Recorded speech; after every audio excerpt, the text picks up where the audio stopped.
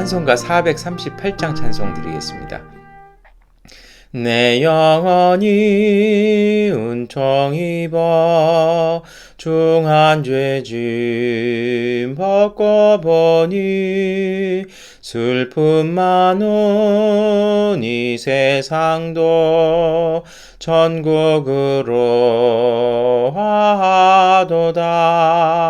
할렐루야 찬양하세.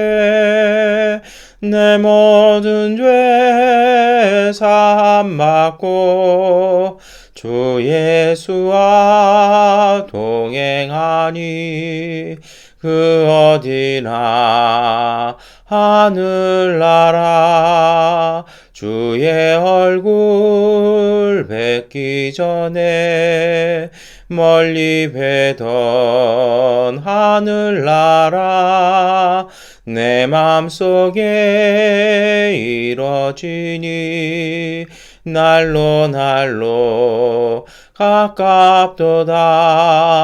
할렐루야 찬양하세. 내 모든 죄 사함 받고 주 예수와 동행하니 그 어디나 하늘나라 높은 산이 거친 들이 조막이나 궁궐이나 내 주 예수 모신 곳이 그 어디나 하늘나라 할렐루야 찬양하세. 내 모든 죄 사함 받고 주 예수와 동행하니 그 어디나 하늘나라. 사도신경으로 함께 신앙 고백 드리겠습니다. 나는 전능하신 아버지 하나님 천지의 창조주를 믿습니다. 나는 그의 유일하신 아들 우리 주 예수 그리스도를 믿습니다.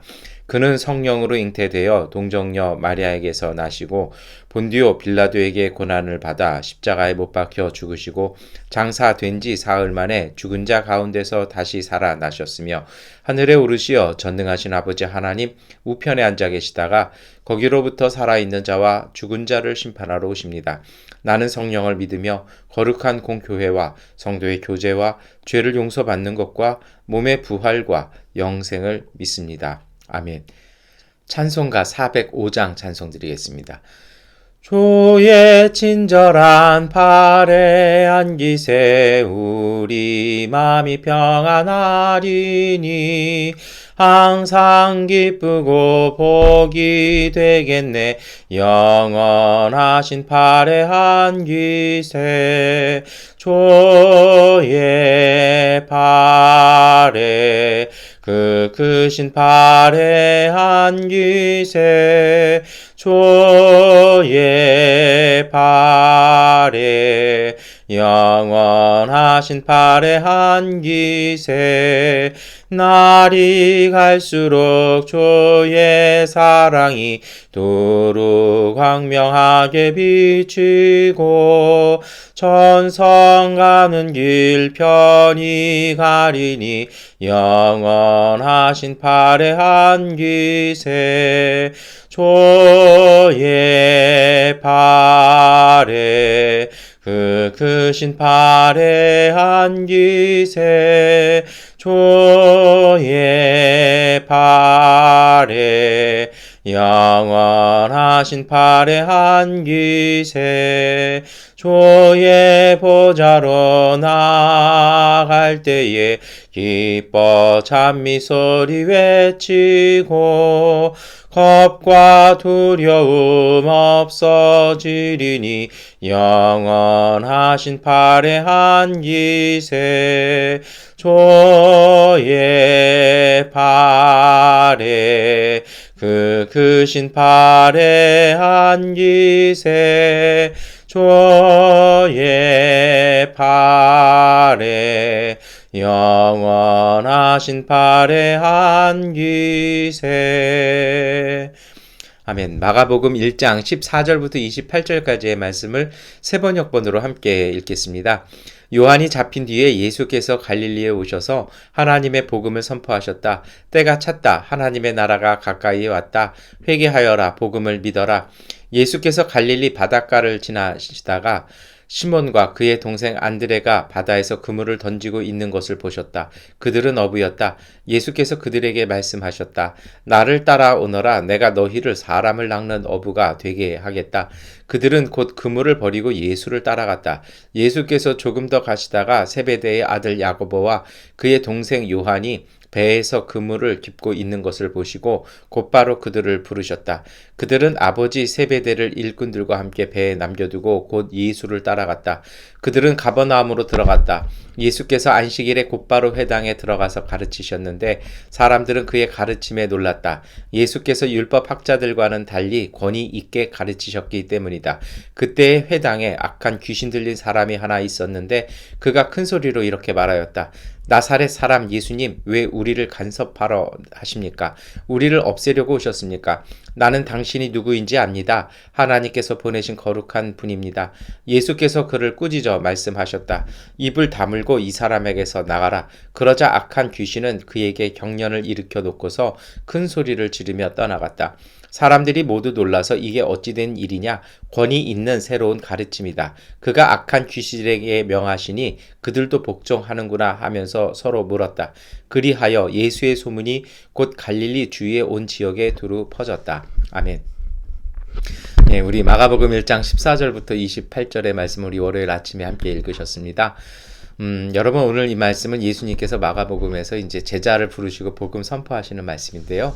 예수님께서 이렇게 사역을 시작하는 그 출발이 있습니다. 제가 주일에 어둠은 어둠이 아닙니다라고 이렇게 말씀을 드렸었는데요. 이어지는 말씀도 이렇게 읽으시면 될 것 같아요. 뭐냐면 세례 요한이 하나님의 말씀 전하다가 목이 잘리고 순교를 합니다. 그러니까 왜 목을 잘랐을까요? 물론 이제 복음서에는 헤로디아가 그 딸을 통해서 목을 요구한 것으로 나옵니다만 왜 그랬을까요? 그리고 또 그 어린 소녀는 왜 또 은쟁반에 목을 달라고 요구했을까요? 그것은 공포 정치에 대한 설명이죠. 그러니까 누구든지 이제 하나님의 말씀을 통해서 이야기하면 그리고 발음을 얘기하면 그리고 세상에 잘못된 것을 지적하면 이처럼 될 것이다라고 하나의 공포 정치를 시작한 것입니다.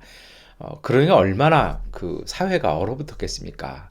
아무도 말을 못하죠. 그런데 오늘 복음서는요, 마가복음서는 딱 그렇게 말씀하시는 거죠. 요한이 잡힌 뒤에. 그러니까 요한이 잡혀서 입이 막히고 그리고 순교하는 그 사이 예수님은 제자를 부르고 본격적으로 세례 요한의 사역을 이어가셨다라는 것입니다. 요한이 준비했다라면 이제 예수님은 그 어둠이 시작될 무렵에 비로소 빛의 사역을 시작하셨다라는 것입니다. 그래서 여러분 오늘 우리가 이것을 잘 보아야 해요. 성경에는요 굉장히 우리에게 은혜로운 교훈이 하나 있습니다. 세상을 읽는 눈인데요. 특별히 구약 성경을 보면 하나님의 그 섭리가 있어요. 그 역사가 어두워지고 누군가 우리가 믿고 생각했던 인물들이 실패하고 이 사람들이 뭔가 이렇게 떨어지기 시작할 때 하나님은 이미 다른 사람들을 예비하셔서 그 일들을 진행하시더라는 것입니다. 사무엘이 쇠락해지니까 사울을 사용하시고요. 사울이 하나님의 뜻과는 어긋난 통치를 시작하자 하나님은 목동 다윗을 통해서 그 왕권을 이어가시면서 끊임없이 하나님은 그 다음 역사를 이어가시는 것을 우리가 볼 수 있습니다. 그리고 이것이 신년을 보내고 있는 오늘 우리에게 믿음의 기도의 제목이 되었으면 좋겠습니다. 우리의 여러 가지 어려움들이 있을 것 같아요. 돈도 말랐고 사람 관계도 말라있고 여러 가지가 좀 바짝 마른 우리가 광야에 나와 있는 듯한 그런 그 느낌이 있는 삶이 한가운데 있잖아요. 때로는 길도 잘 보이지 않는 막막함도 있습니다. 그런데 여러분 하나님은 그 가운데 길을 준비하시고 하나님께서는요 이미 그 길을 시작하고 계신다라는 것입니다. 그래서 예수님의 복음도 그렇게 시작되었다라는 것입니다. 그런데 이 하나님의 복음이 무엇입니까? 하나님의 나라가 가까이 왔다. 회개하여라. 복음을 믿어라. 라고 선포하셨잖아요.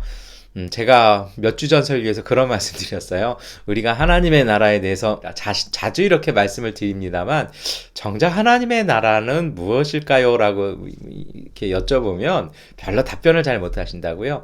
물론 하나님의 나라를 한마디로 이렇게 정의할 수는 없습니다. 성경에서는 그 정말 크고 큰 하나님의 나라의 모습들을 여러 군데에서 이렇게 우리에게 소개하고 있습니다. 그럼 마가복음은요, 어떻게 소개하냐면 그 다음 나오는 거예요. 예수님께서 때가 찼다. 하나님의 나라 가까이 왔다. 회개하여라. 복음을 믿어라. 라고 선포하셨으면 그러면 그 복음이 무엇인지 그 하나님의 나라가 무엇인지를 이렇게 그 다음에 설명해 주어야 하잖아요. 분명히 예수님 설명하셨을 겁니다.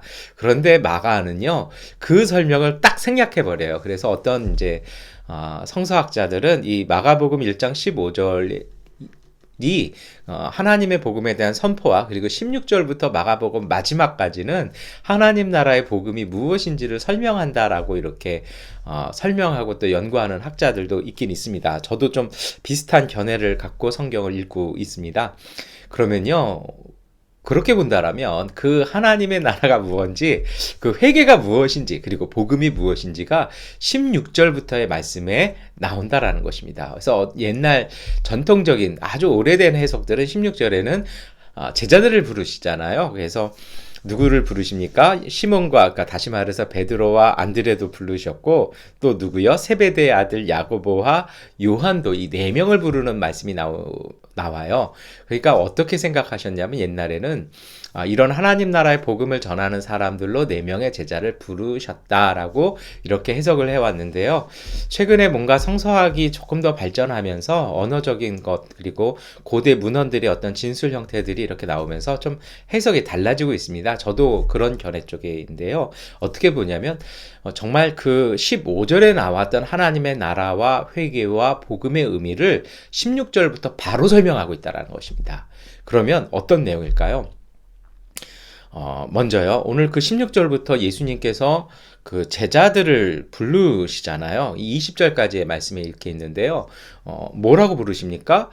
예수님께서 나를 따라오너라라고 부르세요. 그러니까 나를 따라오너라라는 말씀이 무슨 뜻입니까? 그들은 어부로서 가족들을 이렇게 부양하고 있었던 사람들이었고 공동체의 일원이 가족 공동체의 일원이었습니다. 그러니까 어떻게 보면 세상 속에서 생존을 위해서 살아갔던 갈릴리의 가난한 어부들이었습니다. 그런데 이제는 예수님을 따르는 사람을 통해서 하나님 나라의 그 삶을 살도록 그리고 그 하나님 나라의 삶을 선포하는 삶으로 예수님께서 불러내신 거죠. 그러니까 따라 나간다라는 건 그들의 인생의 진로가 바뀐다라는 겁니다.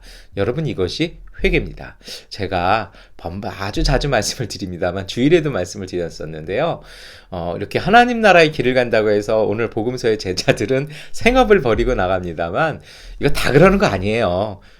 하나님이 주신 길들이 있어요. 그러니까 뭐 목회자들이라든지 아니면 자신의 삶을 하나님께 헌신하기로 특별히 어떤 공동체를 돌보고 목양을 하거나 선교 사역을 하는데 헌신하신 분들은 생업을 놓고 나갑니다. 그러나 모든 그리스도인들은요, 우리 개역 전통이 무엇입니까? 이것을 갖다가 만인제사장주의라고 그러잖아요. 오늘 우리의 하는 일이 곧 성직이라는 거예요. 그러니까 사업하시던 대로, 일하시던 대로, 그리고 우리가 직장 다니시던 대로 하십시오.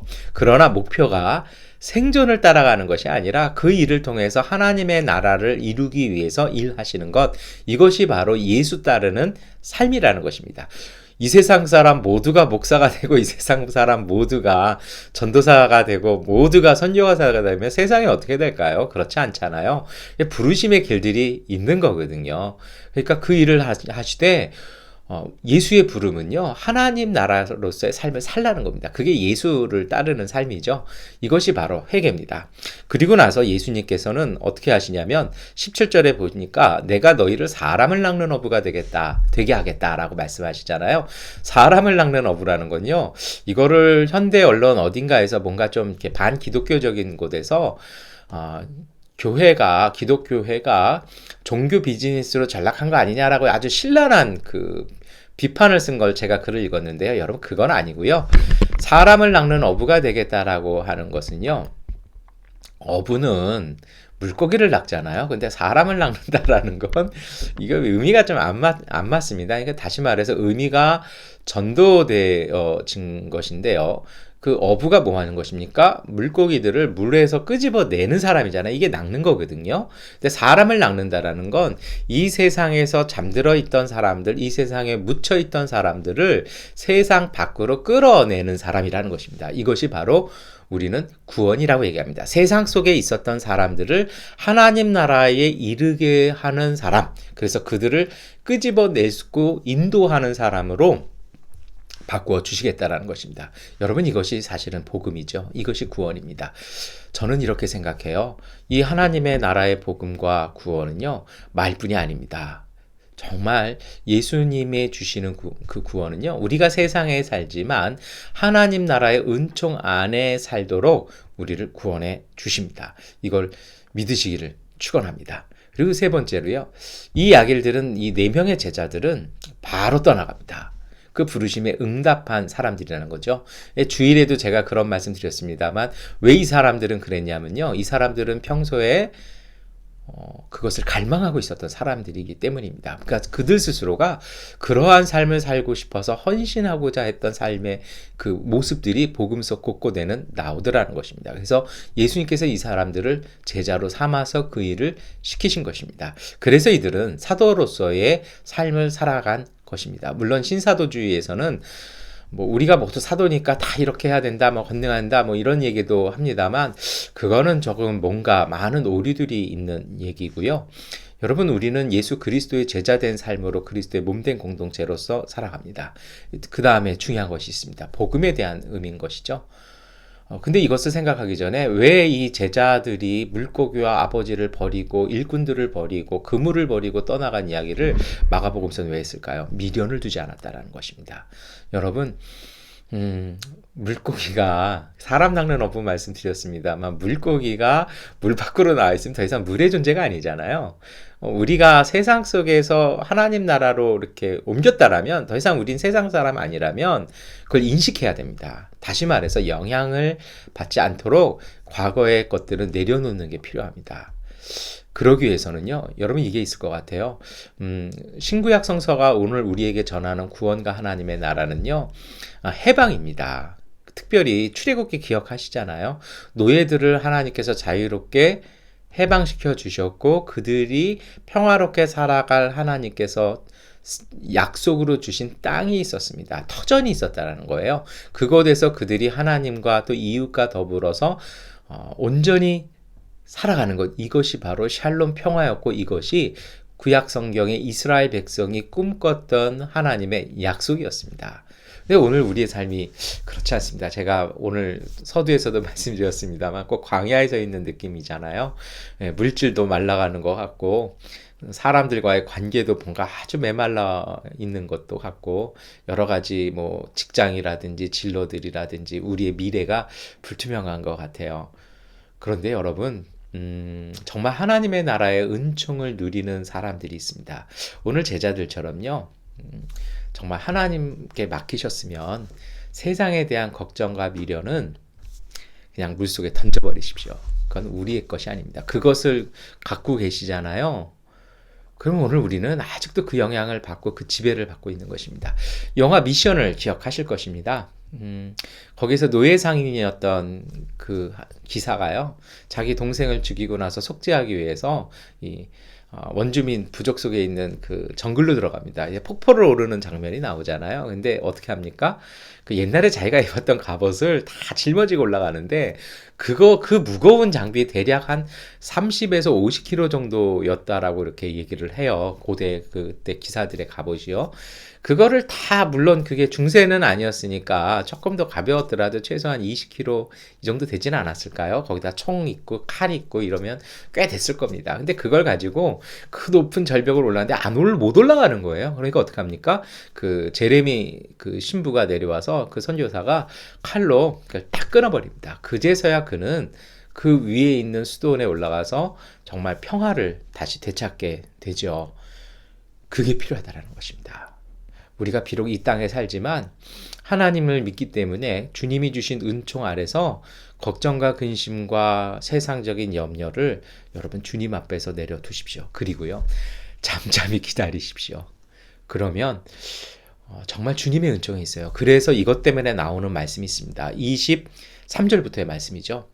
오늘 이 23절에 그 회당에서 예수님께서 악한 귀신 들린 사람을 쫓아내시는, 축기하시는 그 사역은 별개의 공간에서 벌어진 장소인데요. 사건인데 오늘 복음서의 말씀은 23절의 첫 말씀이 그때라고 해서 같은 시간으로 이것을 묶어버립니다. 다시 말해서 하나님 나라의 복음에 대해서 설명하는 거죠.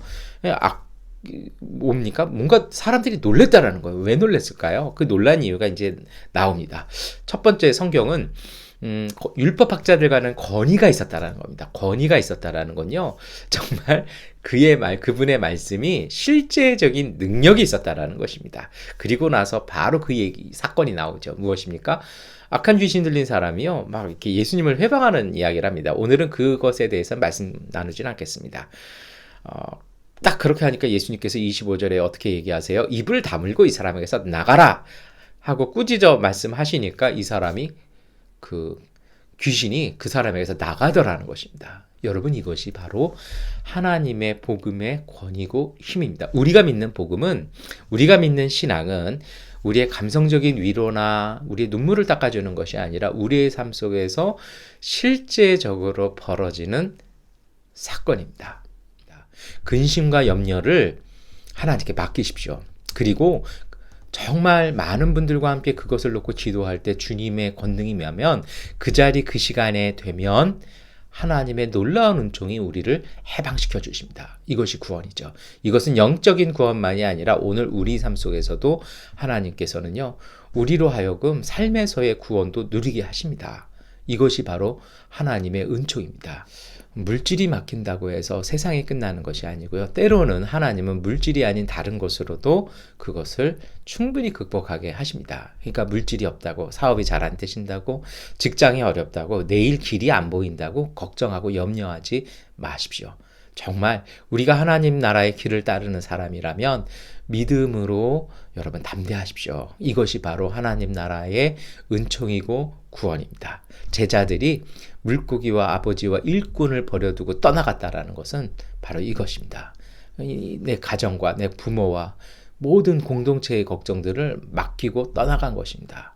여러분, 오늘 우리에게도 이러한 은총이 우리 가운데 있습니다. 예수 그리스도의 은총은요, 하나님의 사랑은, 성령의 능력은 우리를 사랑하십니다. 하나님이 우리를 배골게 하고 우리로 망하게 하고 우리로 어려움에 처하게 하고, 그것이 주님의 뜻 아닙니다. 하나님의 뜻은 오늘 우리로 행복하게 하게 하시는 것입니다. 여러분, 오늘 우리가요, 그 믿음을 가지시고 정말 우리의 근심 염려와 여러 가지 것들을, 불안함들을 과감하게 버리십시오.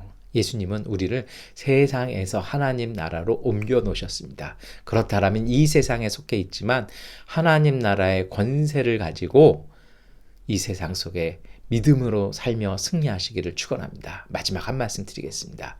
주님의 말씀은 오늘과 우리 가운데 은총으로 임하십니다. 오늘 우리의 기도는, 우리가 믿음으로 드린 기도는 걱정과 염려와 불안으로 드리는 기도가 아니라 정말 참된 믿음으로 드리는 기도는 하나님께서 응답하시고 하나님께서 함께 하십니다. 그 믿음으로 승리하는 하루 되시기를 축원합니다. 기도하겠습니다.